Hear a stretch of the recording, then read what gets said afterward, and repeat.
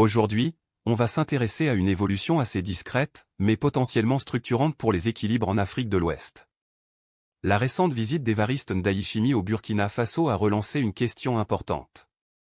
Celle des relations entre l'Union africaine et l'Alliance des États du Sahel. Alors, est-ce qu'on assiste à un véritable rapprochement?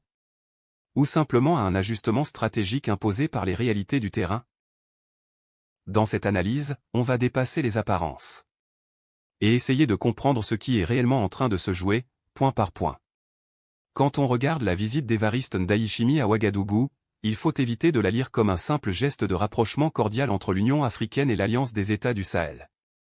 En réalité, on est face à quelque chose de plus subtil. Ce qui se joue ici, c'est moins un changement de position qu'un ajustement. L'Union africaine prend acte d'une situation qui s'est imposée progressivement, l'AES existe, elle fonctionne, et surtout, elle s'inscrit désormais dans le paysage stratégique du continent. Pendant un moment, il y avait une forme de distance, presque une hésitation entre l'UA et ses États sahéliens en transition. Cette distance était liée à des questions de principe, notamment sur la gouvernance. Mais sur le terrain, les dynamiques ont évolué plus vite que les positions institutionnelles. Donc aujourd'hui, l'UA semble faire un choix assez pragmatique, revenir dans le jeu, plutôt que de rester en retrait. Le fait que Ndayishimiye rencontre directement le capitaine Ibrahim Traoré est, à ce titre, révélateur. On n'est plus dans une logique d'évitement, mais dans une logique d'engagement direct. Alors attention, ça ne veut pas dire qu'il y a alignement politique. Ce n'est pas ça l'enjeu. Ce qu'on observe, c'est plutôt une forme de repositionnement. L'Union africaine cherche à préserver sa capacité d'influence dans une région où les équilibres sont en train de bouger rapidement sur le plan sécuritaire, mais aussi sur le plan des alliances.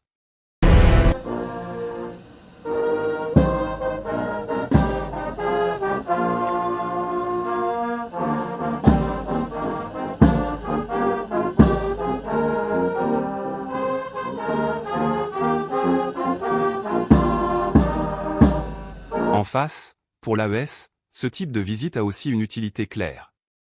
Ça contribue à renforcer sa crédibilité, à montrer qu'elle n'est pas isolée, qu'elle est un interlocuteur avec lequel il faut compter. Donc si on résume, ce « réchauffement » n'est pas vraiment un rapprochement au sens classique. C'est plutôt une reconnaissance implicite, des deux côtés, qu'ils ont intérêt à se parler. Et ça, c'est souvent le premier signe d'une relation qui entre dans une phase plus structurée, sans pour autant devenir consensuelle.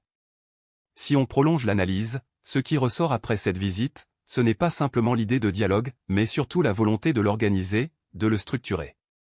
Et ça, c'est un point important. Parce qu'entre l'Union africaine et l'Alliance des États du Sahel, le problème jusqu'ici, ce n'était pas seulement le désaccord. C'était aussi l'absence de cadre clair pour échanger de manière régulière. Avec cette visite, on sent que l'objectif est de sortir d'un dialogue ponctuel, presque réactif, pour aller vers quelque chose de plus suivi, plus institutionnalisé. Mais là encore, il faut bien comprendre la logique. L'Union africaine ne cherche pas nécessairement à rapprocher les positions sur le fond, notamment sur les questions politiques sensibles. Elle cherche surtout à éviter la rupture durable. Parce qu'une rupture complète poserait un problème stratégique. Elle limiterait sa capacité à peser sur les évolutions au Sahel. Donc structurer le dialogue, c'est en quelque sorte créer un canal qui permet de garder un minimum de coordination. Suivre les dynamiques internes à l'AES. Et, surtout, rester un acteur pertinent dans les discussions régionales. De l'autre côté, pour les États de l'AES, accepter ce dialogue structuré n'est pas non plus anodin. Cela leur permet de maintenir une ouverture vers le cadre continental, éviter un isolement institutionnel et garder une certaine marge de manœuvre diplomatique. Mais il y a une nuance importante. Ce dialogue, s'il se met en place, ne sera probablement pas un espace de convergence rapide. Ce sera plutôt un outil de gestion des désaccords. Autrement dit, on ne parle pas forcément pour s'entendre. On parle pour éviter que les divergences ne deviennent des lignes de fracture irréversibles. Et dans les relations internationales, ce type de mécanisme est souvent essentiel, surtout dans des contextes aussi mouvants que celui du Sahel. Si on prolonge l'analyse, ce qui ressort après cette visite, ce n'est pas simplement l'idée de dialogue, mais surtout la volonté de l'organiser, de le structurer. Et ça, c'est un point important. Parce qu'entre l'Union africaine et l'Alliance des États du Sahel, le problème jusqu'ici, ce n'était pas seulement le désaccord.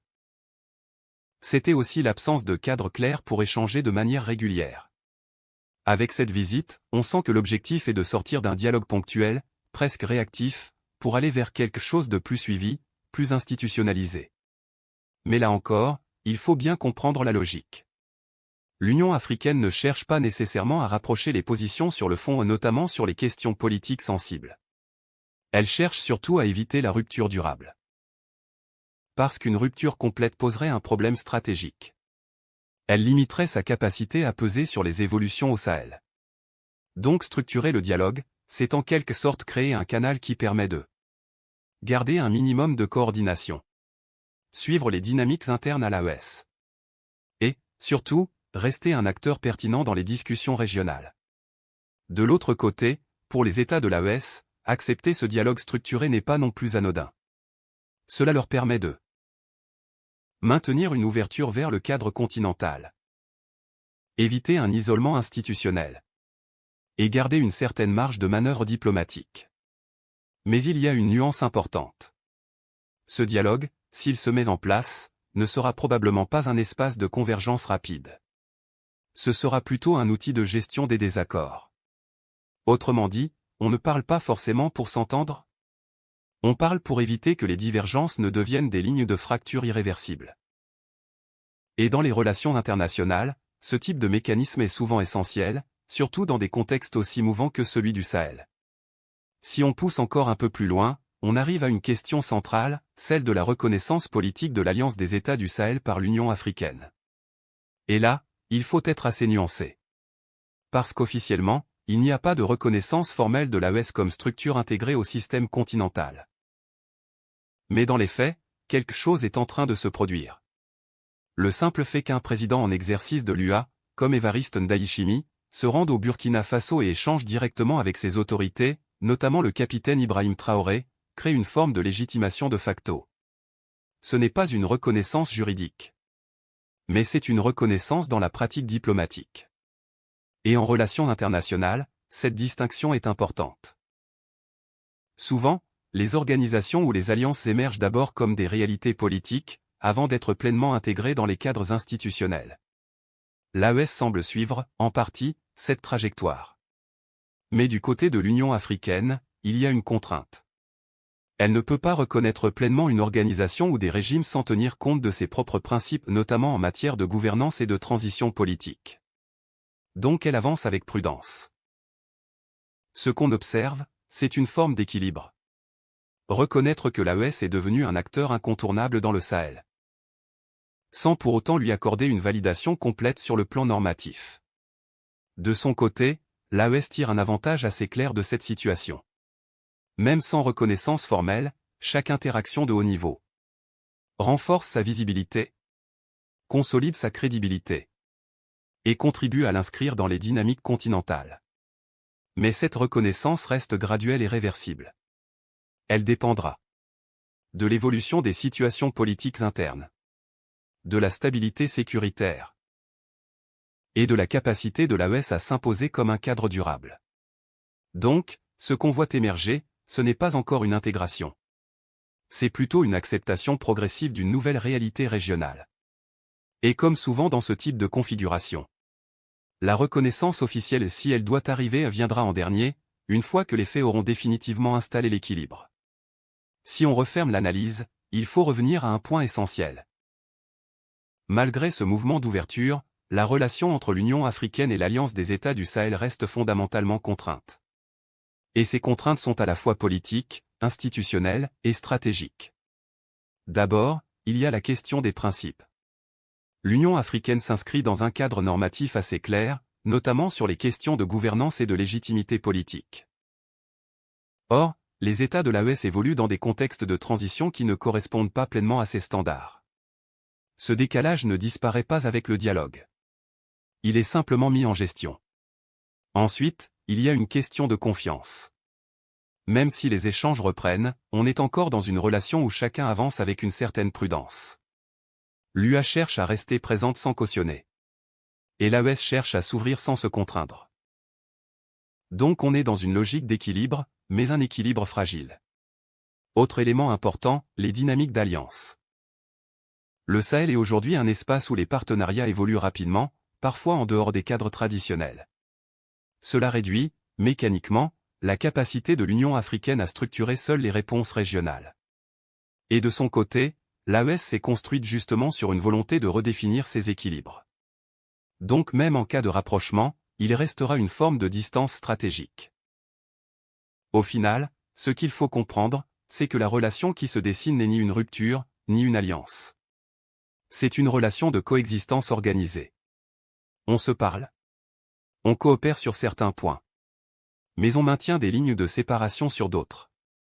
Et c'est souvent ce type de configuration qui caractérise les phases de transition en géopolitique. Rien n'est totalement figé. Mais rien n'est totalement aligné non plus.